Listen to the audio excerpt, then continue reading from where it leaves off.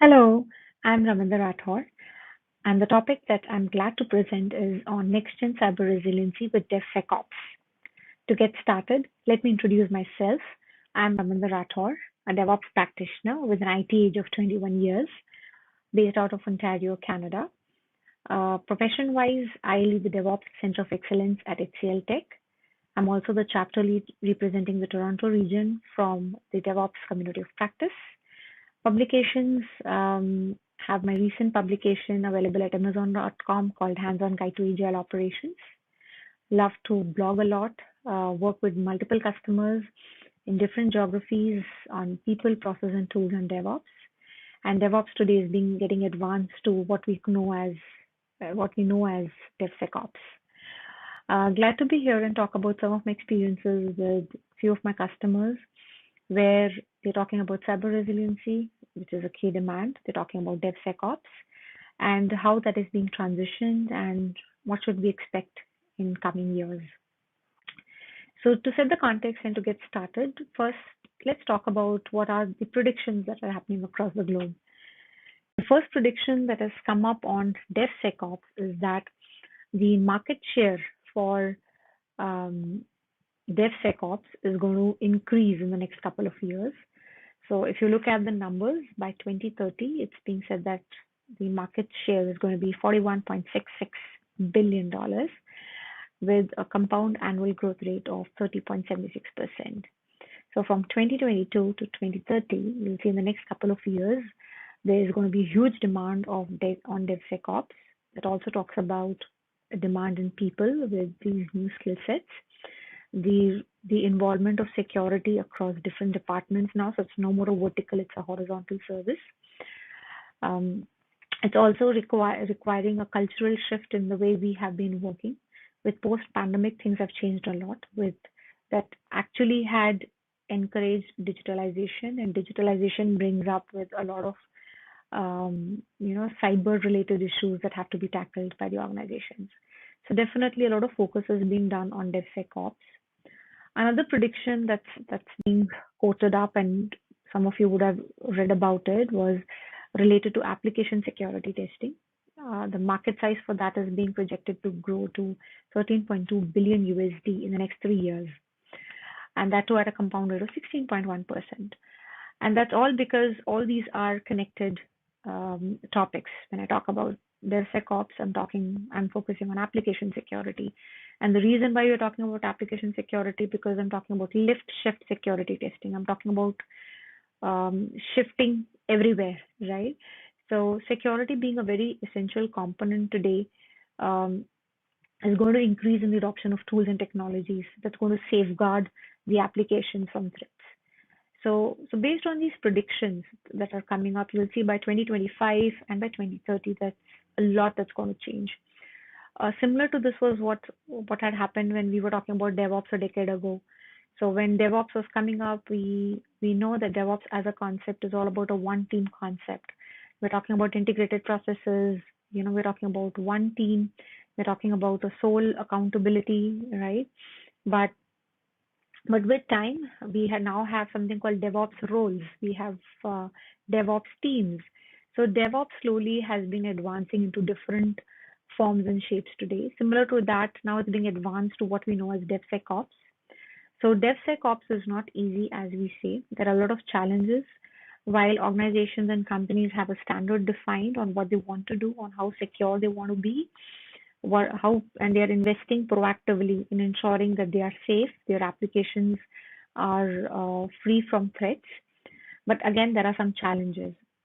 So if you look at the different objectives and challenges, so it's like there are objectives, there are expectations from every stakeholder in an organization. So for example, if I talk about a CEO's expectation is that they want to increase the market share. The business objective or the vision is to realize value quickly. Whereas if you talk about an IT person who has to implement this, will say that my team is still working in silos, right? How can I ensure that we deliver or increase the market share? We have issues today. You see from a CFO's lens, they would be focusing on reducing operational costs. Objective is definitely to optimize and run the operations effectively. Again, there is a challenge. Why? Because there are still teams who are practicing traditional ways of working, limited automation, limited investments. CIO may be looking at increasing productivity. The business objective is to deliver secure and high quality products and services. IT comes back with the challenge that this objective is still difficult. It's a hurdle. Why? Because we have limited testing, limited investments. Still, my releases and deployments are being done manually. CTOs are looking towards transforming quickly to match latest trends and demands. Business objective, of course, is to focus on customer satisfaction. IT will have their own set of challenges like being understaffed, unplanned development, unable to match the changing and the latest demands. CISO, on the other hand, is targeting to reduce risks, to stay secure, to stay compliant. The objective is very simple: reduce time, reduce risks. IT again comes up with the challenges that there are multiple tools in the organization, but they are not being practiced, they are not being used effectively. There is no enforcement of security policies. Teams are bypassing security bridges, and in fact, there was this recent survey which was done by and available in venturebeat.com, where they said that 70% of the teams admit to skip security steps. So this itself is evident that security, if I talk about a developer who's writing code, he just ensures that the code is running fine, right? The developers have to be enlightened with the fact that writing code is not just enough. You actually have to ensure that your code that you are delivering is secure as well. It's not prone to problems. So there are a lot of challenges that are there while organizations are, shifting themselves towards being more agile, being more resilient. But at the same time, they also have to understand that they have to take the teams along with them. So there's a lot of investment required in terms of education, investments required in terms of adopting new tools and technologies. That's really required as we talk. And if I look back at the organizations now, they definitely are talking about protecting their landscape.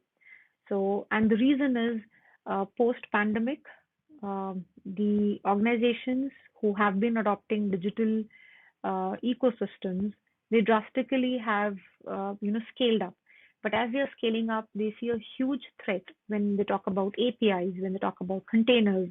They are moving towards cloud.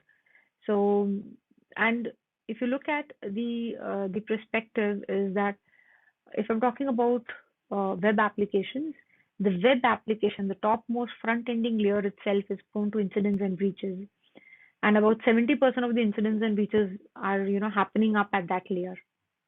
So with that thing in mind, it's very important to understand that security has to be imbibed right from the beginning of your life cycle, not towards the end or not being considered as a siloed activity. So those are the objectives and challenges that some of the organizations are facing. Some of them have been successful to overcome those as well. Based on my experiences with some of our customers, there are different trends that organizations adopted and have reaped benefits and have brought up DevSecOps culture in their organizations. So one key aspect or the trend that you would observe or would be thinking to adopt is security teams being more collaborative. Security teams serving as a horizontal essential services that's part and parcel of the development and the release pipeline. So security is now not a one man's responsibility or a one team responsibility. Security is everybody's responsibility. So this cultural thought process is coming up in companies where they're putting a lot of focus, bringing up that organizational change management, bringing up that realization that security has to be set up in the pipeline. And in some of the customers, I've seen security teams being very active in looking and scanning the architecture designs. They actually participate actively in doing a peer review of the Terraform code that's been written by the developers. They proactively work on designing services, so your Azure services that are to be, scripted.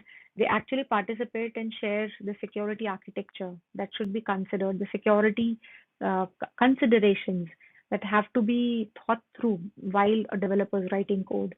So there's a lot of overlapping that's happening today.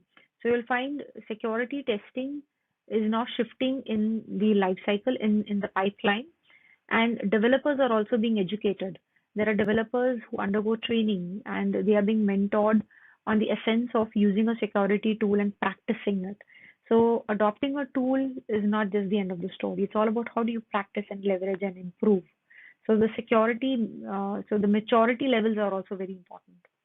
If you look at these new roles coming up, the security architects, they are also upskilling themselves. They are participating actively, in infrastructure as code activities. They are enabling developers to embed and have security as code. Another one of the common practices that's being adopted and scaled.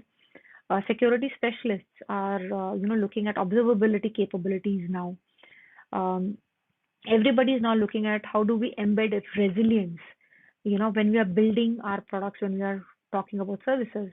Now, when I talk about cyber resiliency itself as a topic, it's all about how do you prevent, how do you, prevent from anything wrong happening, and then how do you bounce back if something wrong happens.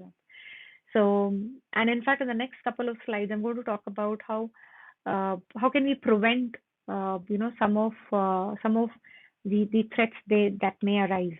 So it's all about how do you proactively take measures to ensure that the code that you're writing, the code that you're delivering is secure. So moving ahead, this is an application security development life cycle. So right from one side to the other side, from left to right as you move, you have an idea, you design the idea, you do threat modeling. Now, once that is done, you start coding it. So you have then the next stage is your SAST, which is your static application security testing. Then you do your configuration management related activities where you have SAST and SCA, that is software composition analysis coming into picture. You then build your product, right? You're running build scans on top of it. Then you do packaging on top of that, where DAST also comes into picture. Then you're talking about testing. Now, the testing could be functional testing, performance testing. It is your interactive application security testing. Then you're staging your product, right? And that's where you get into penetration testing, your SAST and DAST. Then you're getting into production, right? So right from ideation to production, it's a complete life cycle. And there are DevOps pipelines, the application pipelines and infra pipelines that are being built to deliver those services. Now, when I'm delivering these services, I'm also imbibing a lot of security practices in the pipeline. And that's where some of the key phases that you see on this life cycle are becoming very important. The next couple of years is an era where companies are going to focus and going to take these phases very seriously in their pipeline. They're going to ensure that if my security score is getting compromised, they're not going to deploy anything in production. It could be with a Qualys scan. If my vulnerability scanning coming from Qualys is less than 98% or 99%, it has to be cancelled out, right? It's not going to move further.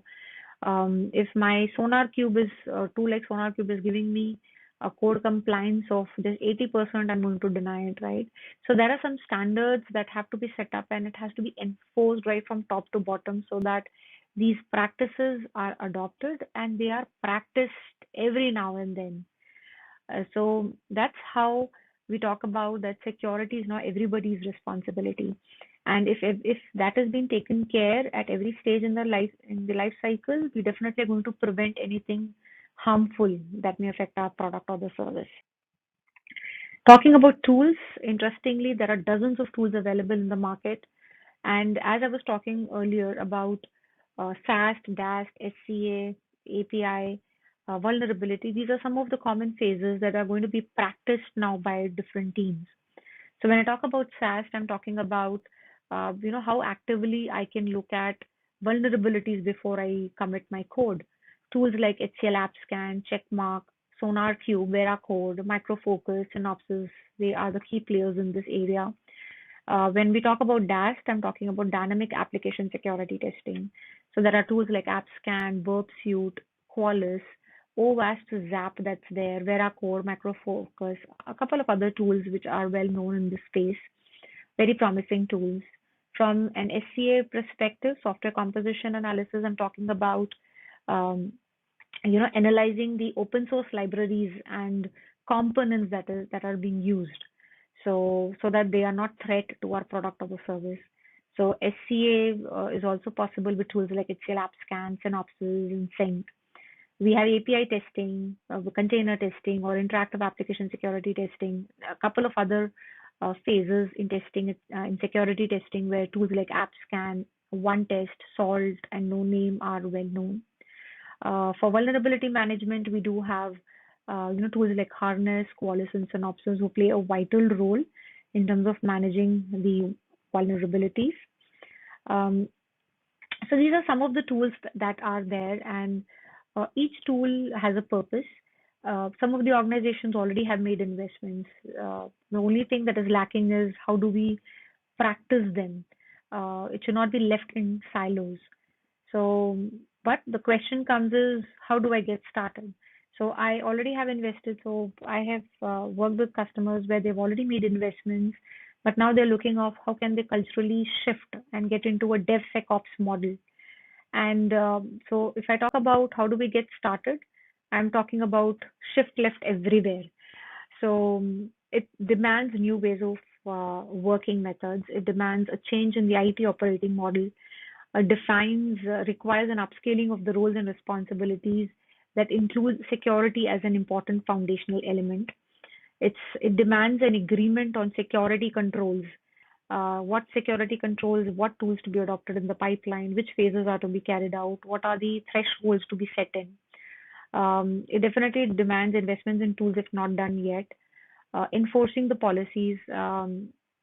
Customers who are working on Azure or cloud or any other cloud or like AWS, they are also enforcing policies like enforcing, Azure policies right when they're building up the infrastructure. And all this is possible when everybody is trained and educated on security. They are trained on the tools that are there.